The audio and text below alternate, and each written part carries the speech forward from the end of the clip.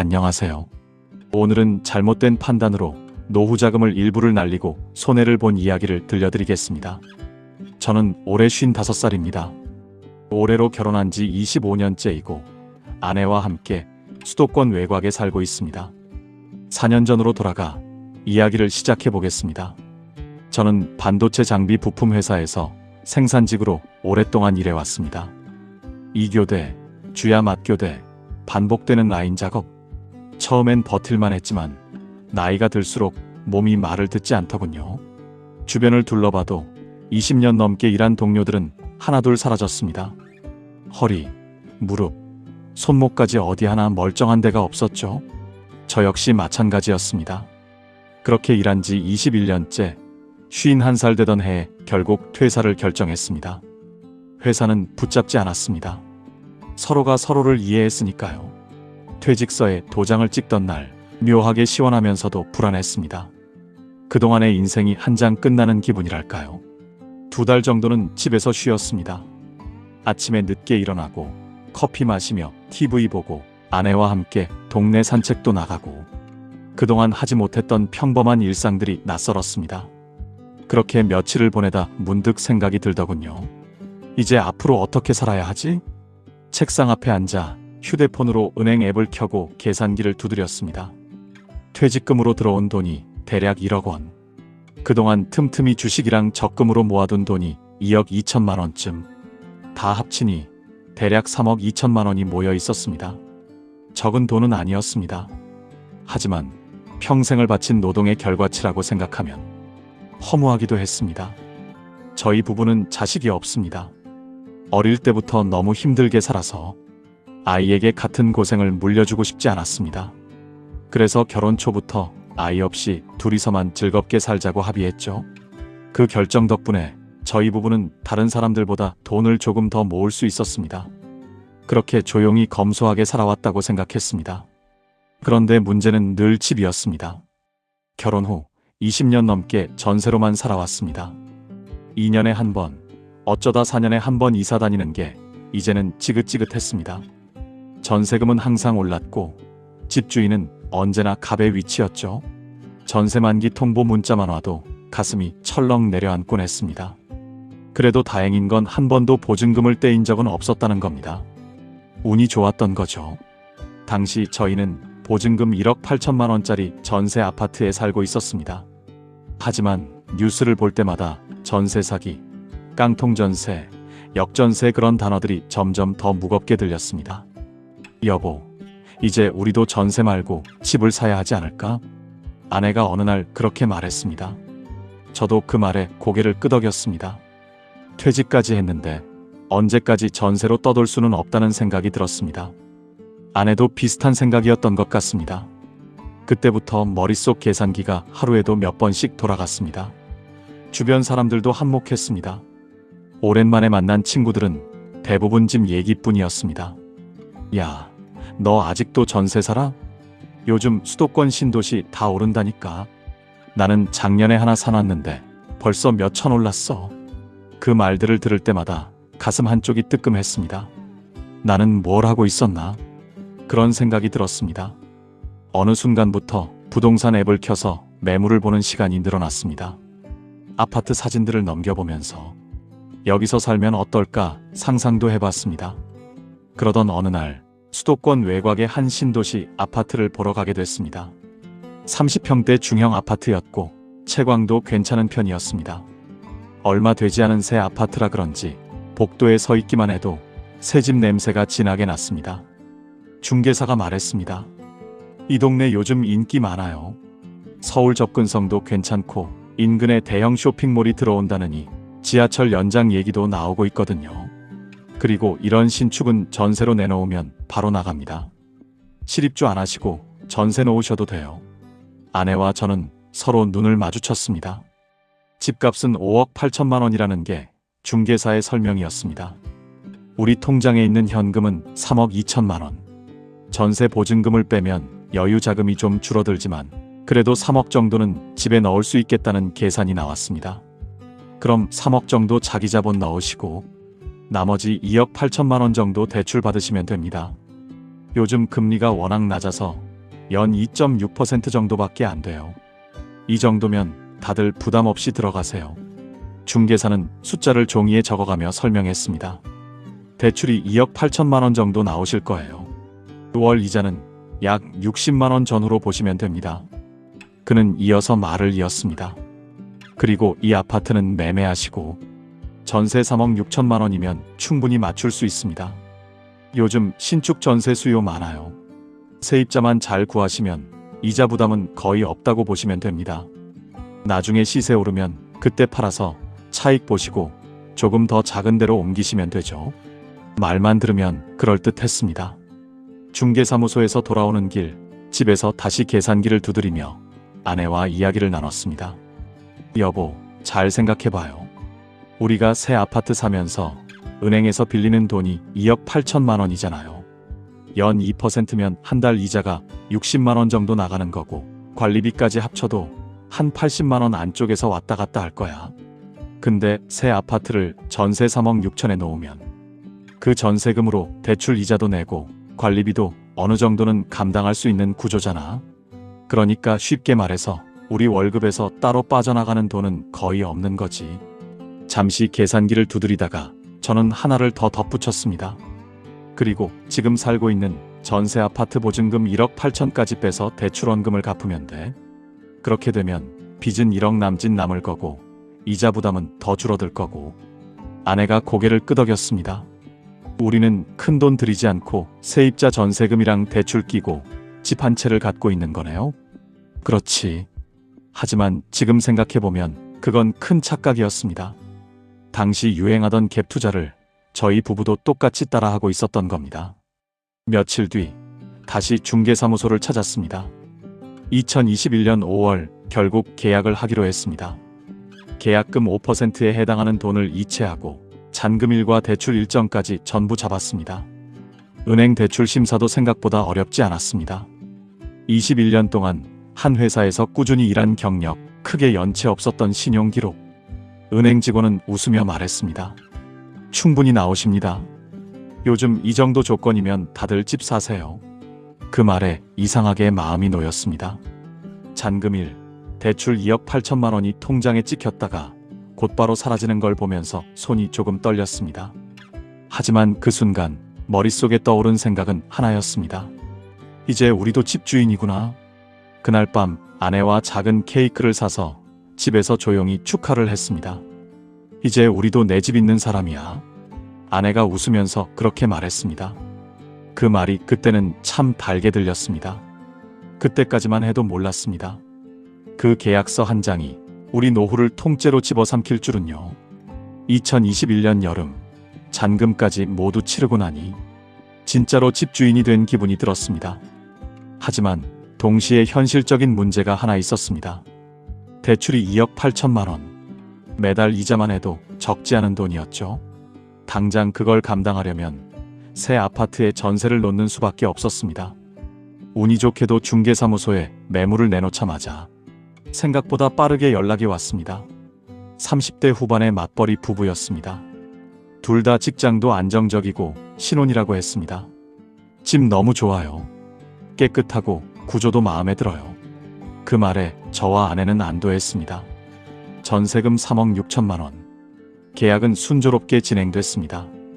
계약금을 받고 잔금일까지 모든 절차가 문제없이 마무리됐습니다. 통장에 전세금 3억 6천이 들어온 순간 저는 숨을 길게 내쉬었습니다. 이 돈으로 대출 이자와 관리비를 내면 실질적으로 우리가 부담할 건 거의 없었습니다. 그날 저녁 소박하게 치킨 한 마리를 시켜놓고 TV를 보며 오랜만에 여유를 느꼈습니다. 그동안 쌓였던 피로와 걱정이 조금은 녹아내리는 느낌이었습니다. 아내는 전세 세입자와의 계약서를 몇 번이나 다시 펼쳐보며 말했습니다. 이게 진짜 내 이름이 들어간 집이라니 아직도 실감이 안 나. 그때까지만 해도 이 계약이 앞으로 어떤 결과를 가져올지 전혀 알지 못했습니다. 대출 이자는 들어온 전세금에서 자동이체로 빠져나갔고 통장 잔고는 안정적으로 유지됐습니다. 생활비도 여유가 있었습니다. 아내는 매일 통장을 보며 이제 한숨 돌렸네. 이제 우리 노후는 조금은 안정적이야. 그렇게 말했습니다. 저도 그렇게 믿었습니다. 그동안 피땀 흘려 모은 돈으로 처음 사본 집이었으니까요. 이제는 조금은 안심해도 된다고 생각했습니다. 하지만 사람 마음이란 게 참 간사하더군요. 며칠만 지나면 또 욕심이 생겼습니다. 집값이 조금만 더 오르면 이걸 팔아서 더 좋은 곳으로 옮길 수도 있겠지. 지금처럼만 유지되면 노후는 걱정 없겠다. 그런 생각들이 차곡차곡 쌓여갔습니다. 마침 그쯤에 저희가 살던 전세 아파트 계약 만기일도 다가오고 있었습니다. 집주인은 그대로 전세 연장해도 괜찮다고 했습니다. 조금만 더 버티면 지금 집에서 편하게 계속 살 수도 있는 상황이었죠. 하지만 저희 부부는 다른 선택을 했습니다. 여보, 전세를 그냥 연장하면 계속 남의 집에 사는 거잖아. 저번에 말한 것처럼 전세 보증금을 빼서 새 아파트 대출을 더 갚는 게 낫지 않을까? 결국 전세 연장을 하지 않기로 했습니다. 보증금 1억 8천만 원을 돌려받았고 그 돈을 새로 산 아파트 대출 일부를 갚는데 보태기로 했습니다. 대신 저희 부부는 보증금 500만 원에 월세 45만 원 하는 임시로 지낼 수 있는 작은 원룸으로 이사했습니다. 평수도 줄고 생활도 훨씬 불편해졌지만 지금 조금만 더 고생하면 나중에 편해질 거야. 그렇게 스스로를 설득했습니다. 지금 생각해보면 그때가 저희 부부가 진짜로 올인 버튼을 눌렀던 순간이었습니다. 그렇게 해서 남은 빚은 1억 1천만 원 정도였습니다. 그때부터 저희 부부는 쓰면 안 될 돈에 손을 대기 시작했습니다. 새 아파트 세입자가 맡겨놓은 전세 보증금 3억 6천만 원 중에서 1억 1천만 원을 꺼내 남아있던 대출을 모두 갚아버렸습니다. 그렇게 대출을 다 상환하고 보니 집을 사면서 냈던 취득세랑 법무사 비용, 이사비까지 여기저기 돈이 빠져나가 있어서 결국 통장에 남은 건 2억 5천만 원 정도뿐이었습니다. 숫자로만 보면 마치 우리가 2억 5천만 원을 가진 사람처럼 보였습니다. 아마 그때 저희는 이렇게 생각했던 것 같습니다. 어차피 세입자 계약이 2년은 보장돼 있으니까 지금 당장 이 돈을 돌려줄 일은 없겠지. 그게 가장 큰 착각이었습니다. 시간이 흘러 2021년 가을, 같은 단지 아파트가 6억 중반대에 거래됐다는 소식을 들었습니다. 아내는 신이 나서 말했습니다. 여보, 우리 것도 그럼 5천은 오른 거예요. 그 말에 괜히 웃음이 났습니다. 그럼 우리 벌써 집값으로 5천만 원 번 거네? 그날 밤 저는 오랜만에 편의점에서 맥주 한 캔을 사와서 마셨습니다. 이제 진짜 남부럽지 않다라고 생각했습니다. 그때까지만 해도 모든 게 순조로워 보였습니다. 2022년 초까지도 상황은 나쁘지 않았습니다. 전세 세입자는 성실히 살았고 대출 이자도 문제없이 납부됐습니다. 집값도 안정적으로 유지됐고 주변에서는 역시 잘 샀다고 말했습니다. 아내는 친구들에게 사진을 보여주며 우리도 이제 집 생겼어. 그렇게 자랑하기도 했습니다. 그 모든 말들이 그때는 참 달콤하게 들렸습니다. 하지만 인생의 위기는 항상 그런 순간에 찾아오더군요. 저희 부부에게도 그 순간이 다가오고 있었습니다. 시간이 흘러 어느새 2022년 봄이 되었습니다. 마음이 조금은 안정됐다고 느꼈던 시기였는데 뉴스에서 들려오는 소식들이 심상치 않았습니다. 한국은행, 기준금리 인상, 부동산 거래량 급감, 전세시장 불안 조짐, 하루가 멀다 하고 들려오는 말들이 낯설고 불안하게 들렸습니다. 처음엔 그저 남의 일 같았습니다. 우리는 전세를 놨으니까 괜찮겠지. 그때까지만 해도 그렇게 생각했습니다. 하지만 시간이 지나면서 주변 분위기가 조금씩 달라지기 시작했습니다. 아파트 단톡방에서는 요즘 매수 문의가 뚝 끊겼다. 전세 맞추기가 어렵다. 금리 오르니까 거래가 멈췄다. 그런 말들이 오갔습니다. 그럴 때마다 저는 일부러 뉴스를 껐습니다. 괜히 불안해질까 봐서요. 그런데 이상하게 마음 한쪽이 계속 찜찜했습니다. 2022년 여름 뉴스에서는 금리 인상됐다는 말이 또 나오기 시작했습니다. 저는 겉으로는 대수롭지 않게 웃어넘겼습니다. 나는 상관없지. 세입자 전세금으로 대출은 다 갚아놨는데 이제 이자 낼 일도 없잖아. 그렇게 스스로를 위로했습니다. 하지만 어딘가에서부터 정말 이게 괜찮은 걸까 하는 작은 불안이 조금씩 자라나고 있었습니다. 2022년 10월 우연히 부동산 앱을 켰다가 가슴이 철렁 내려앉았습니다. 같은 단지, 같은 평수 아파트가 6억 초반의 매물로 나와 있었습니다. 몇 달 전만 해도 6억 5천, 6억 7천에 거래되던 곳이었습니다. 뭐야, 이게 왜 이렇게 떨어졌지? 잠깐의 조정일 거라고 스스로 위로했습니다. 요즘 뉴스에서도 다들 일시적 조정이라잖아. 금리만 좀 안정되면 다시 오를 거야. 하지만 마음 한켠에서는 알 수 없는 불안이 꿈틀거렸습니다. 2023년 초 결국 기준금리는 3.5%까지 올랐습니다. 그 무렵 오랜만에 만난 친구들과 식사를 했습니다. 자연스럽게 이야기는 또 돈과 집으로 흘러갔습니다. 요즘 은행 이자 장난 아니야. 내 대출이자만 한 달에 100만 원 넘어. 부동산은 이제 끝났어. 지금 사는 사람은 진짜 미친 거지. 그 말들을 들으면서 저는 속으로 혼잣말을 했습니다. 나는 이미 샀는데. 그리고 거기까지 생각이 미치자 또 다른 걱정이 머리를 스쳤습니다. 지금은 세입자가 있으니까 괜찮지만 나중에 전세 빼달라고 하면 그때 우린 어떻게 하지?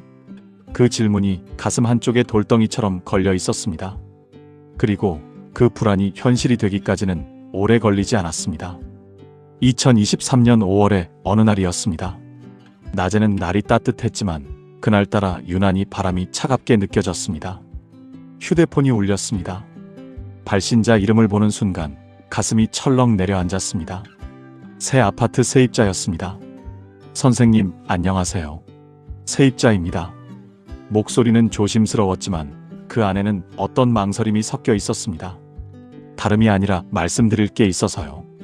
그 말이 끝나자마자 왠지 좋지 않은 느낌이 들었습니다. 요즘 집값이 많이 떨어졌잖아요. 저희 전세 계약이 4달 뒤 9월 달에 끝나잖아요. 순간 머리가 멍해졌습니다. 세입자는 잠시 숨을 고르더니 말을 이어갔습니다. 그래서 이번에는 전세를 연장하지 않고 근처에 나온 저렴한 매매 아파트를 하나 사보려고 합니다. 계약 끝나는 9월에는 전세 보증금을 돌려받고 싶습니다. 세입자의 말을 듣는 동안 제 머릿속은 새하얘졌습니다. 전화를 끊고 저희는 결국 어쩔 수 없이 부동산에 전화를 걸어 전세를 빼는 걸로 내놓고 집을 급하게 급매로 내놓기로 결정했습니다. 그렇게 5월에 급매로 내놨지만 전화 한 통 없이 시간이 흘렀습니다. 한 달, 2달. 이 가격에도 안 나가나 하는 불안이 점점 커져갔습니다.